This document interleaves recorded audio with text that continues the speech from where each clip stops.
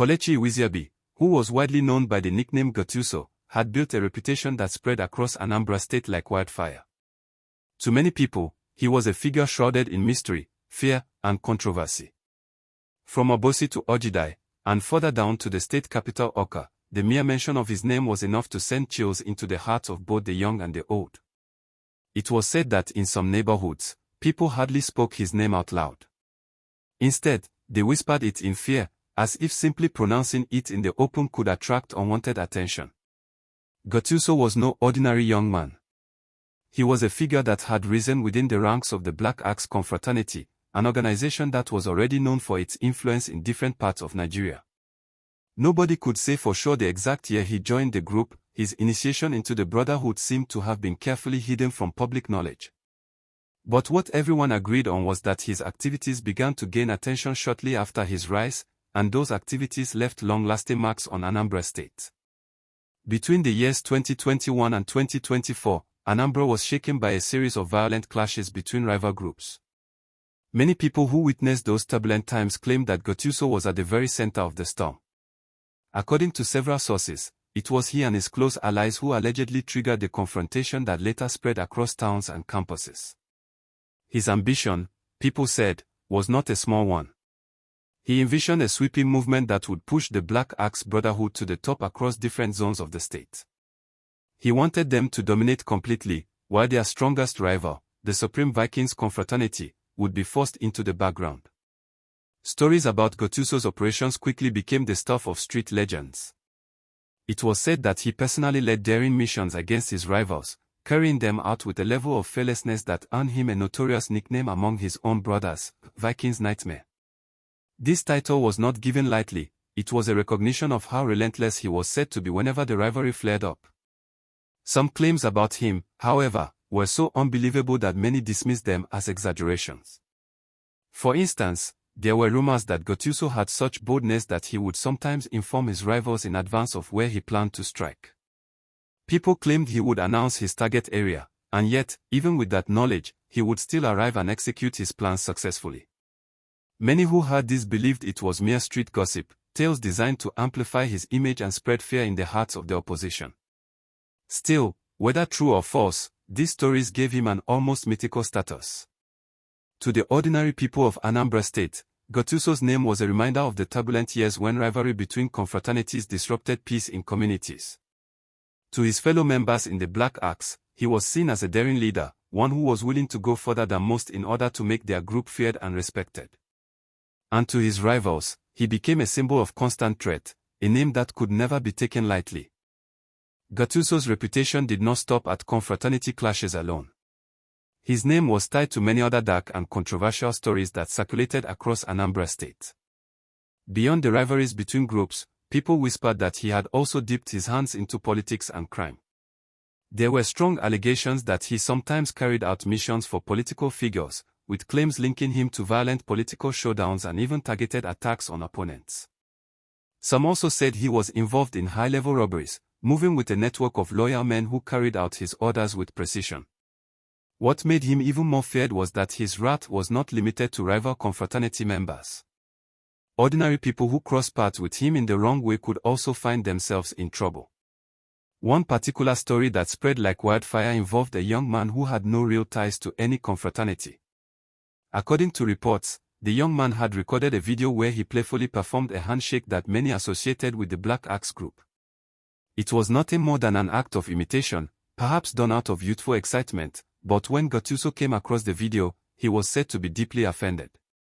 To Gatuso, that handshake was not just a harmless act, it was sacred, a sign that represented brotherhood and loyalty within his confraternity. Seeing someone outside the group copying it felt to him like a direct insult. He reportedly believed that if the young man's action was ignored, it would set a dangerous example, encouraging others to make fun of or mock his organization.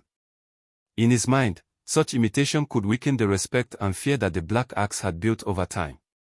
What happened next was chilling. According to accounts, Gatuso allegedly contacted the young man directly. In an era where communication had become easy through smartphones, he was said to have reached out to the boy via video call. On that call, he reportedly gave a bold and terrifying message. He told the young man that he would come for him. Not only that, he gave a specific date. At first, many dismissed it as empty talk, but to the shock of everyone, on the exact day he had mentioned, the young man was attacked and his life was tragically cut short. The news spread quickly, sparking outrage across communities. It was one thing for confraternity clashes to happen among rival groups, but for an ordinary civilian to be targeted in such a deliberate way struck fear into the hearts of many. People protested. Families cried out for justice. Local leaders condemned the act, and the police were pressured to respond. A massive manhunt was launched to capture Gatuso and bring him to justice. Both the authorities and angry residents were determined to put an end to his reign of fear. But despite the efforts, he always seemed to slip through their fingers.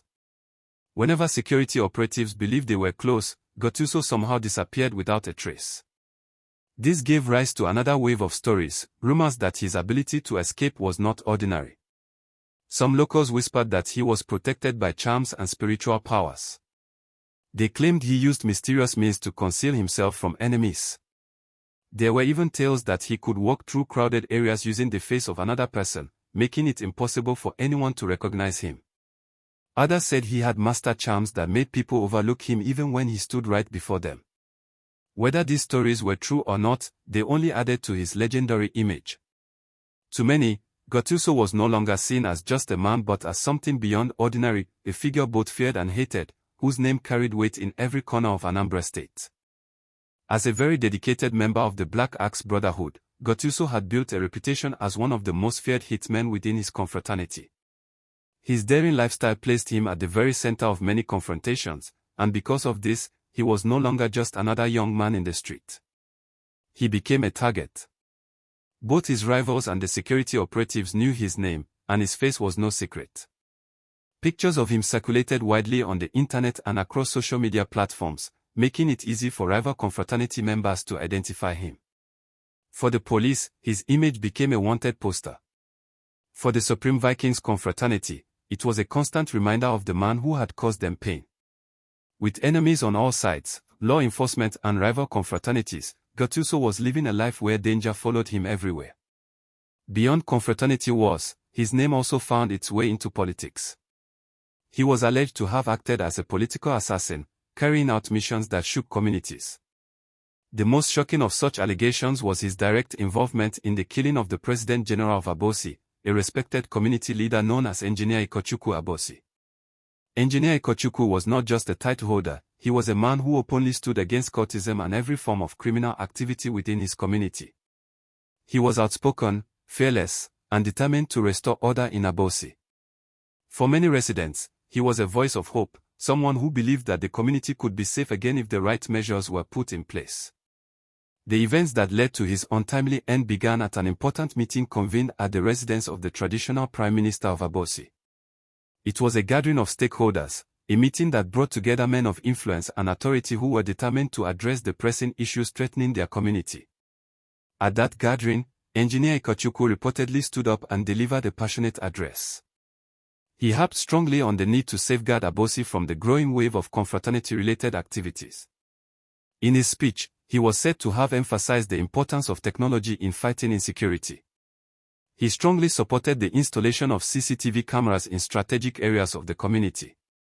He also pushed for tighter security measures that would make it difficult for criminal elements to operate freely. His words struck a chord with some, but for others, especially those who lived off the chaos, his voice sounded like a direct threat. The meeting was adjourned and scheduled to continue the following day. But tragically, that following day would be the end of the President General's life. Reports claimed that as Engineer Ikochukwu arrived at the meeting venue, Gatuso and his gun allegedly struck. It was said to have been swift, calculated, and precise, leaving the community in shock and mourning. News of his death spread like wildfire, shaking Obosi to its core. People could hardly believe it. A leader who had spoken so passionately about fighting insecurity just the day before had been silenced in such a brutal manner. Grief turned into anger, and anger turned into fear. Residents whispered in corners, mothers pulled their children closer, and men wondered aloud if their community would ever know peace again. For the police, this act reinforced why Gatuso had to be stopped at all costs. For rival confraternities, it was another reason to hunt him down. And for the ordinary people of Anambra, it was yet another reminder of the dangerous times they were living in, where even the most respected leaders were not safe. Gatuso's legend, whether told with fear, anger, or admiration, continued to grow after that incident. To some, he was a symbol of ruthless strength. To others, he was simply the face of destruction, a man whose name brought sorrow wherever it was mentioned. After Gatuso's image began circulating widely on the internet, everything about his operations changed.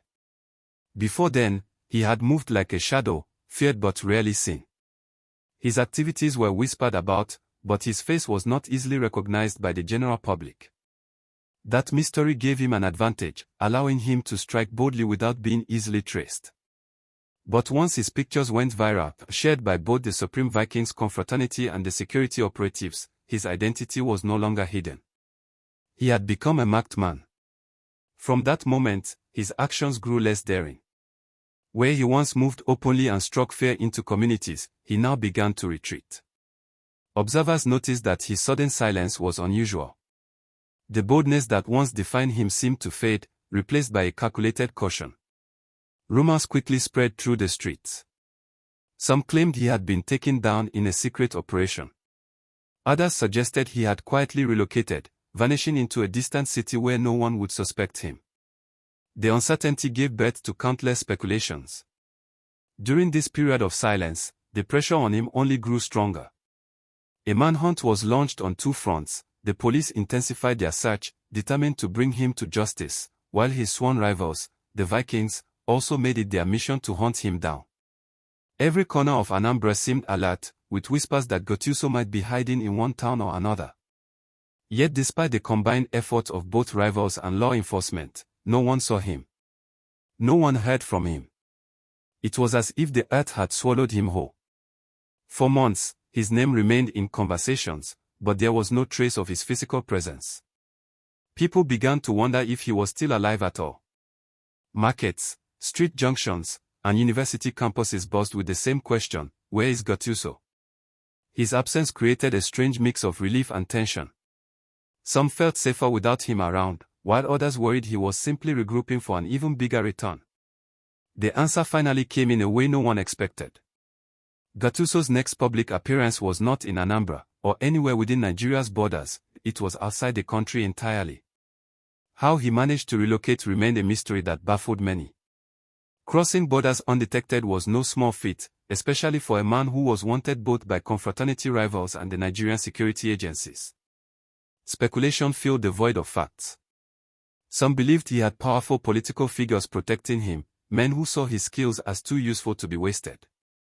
They argued that such backings could have provided him with the resources and connections needed to escape. Others believed he had used secret routes with the help of criminal networks that specialized in smuggling people across borders.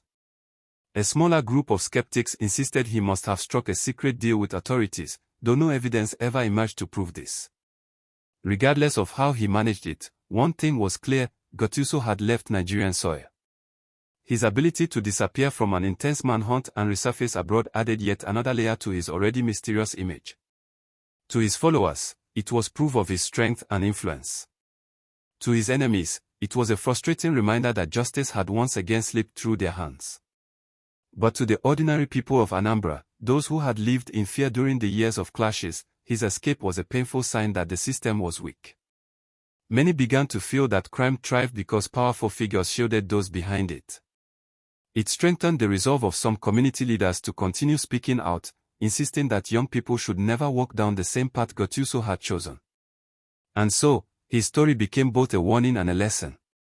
It showed how far one individual could rise through violence and fear, but also how such a path never truly ends well. For all his strength and influence, Gatuso could no longer move freely in the land he once dominated. He was in hiding, far from home, remembered only as a shadow of the fear he once inspired. This is why it is important to say no to cultism. The path may look powerful in the beginning, but it always ends in destruction, pain, and regret.